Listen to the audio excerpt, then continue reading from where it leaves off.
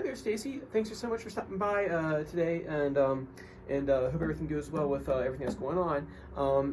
Make sure you keep me in the loop and send me over a message to make sure things are going okay. For your video lesson today, I figured I'd focus on the first part of the melody of LOVE, and I'll show you how to play it. So basically, all you're gonna need is that you're gonna be here in open position. You got your, as you can see. So basically, the notes that we're going to be using for this first part, you'll have 1 on the third string, 2 on the third string. So it's 1 and 2, and you play that with the first finger, and then the second fret with your second finger. So first fret, first finger, second fret, second finger. Right? And then you have open second string, and then you're going to have a 2 on that string, and then you're going to have a 3. So we have 1, 2. 0, 2, 3. It already kind of sounds a little bit like the song, doesn't it? So that's just the notes for the first part. So I'll play each one in its entirety, and I'll break it down for you. So we have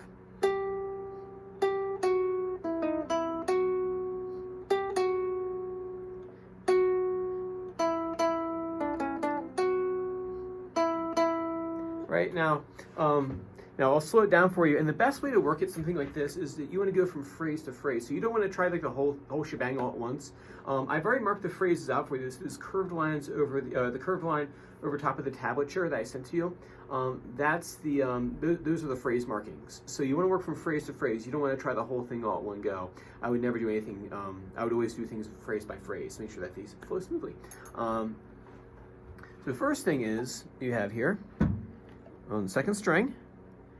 3, 3, 2, right? So that would make me break that part up first.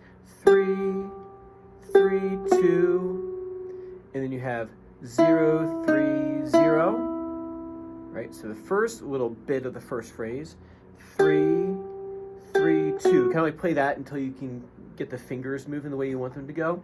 Don't worry so much about the timing. We can work that out later.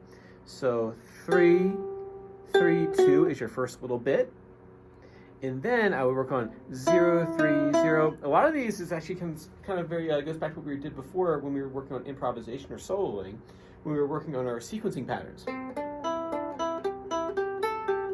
the reason why I'm a big proponent of studying sequencing patterns is because if you practice those patterns, when you come up to a piece of music like this where you have to kind of like switch back and forth kind of quick, you've already kind of practiced the motion, or you've already practiced that technique. So it's not like you're learning how to control your fingers as you're trying to learn something difficult. It's like too many difficult things all at once. You practice those scales and sequencing patterns. That way your fingers are already used to moving around and kind of doing different combinations.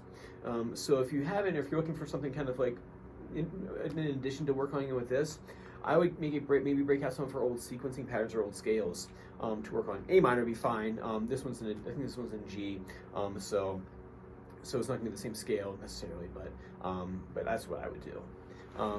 So going back to that riff or the melody, 3, 3, 2 is your first little bit, and then you have 0, 3, 0, and then the last little bit 2, 3, 2. So you see a bunch of little sequencing patterns. 3, 3, 2, 0, 3, 0, 2, 3, 2, right? And then you have the next little bit, 2, 0, 0 would be its own little thing. 2, 1, 2 is its own little thing. And then 2, 0, 0. So what I did there was I kind of broke them up into little groups of 3s.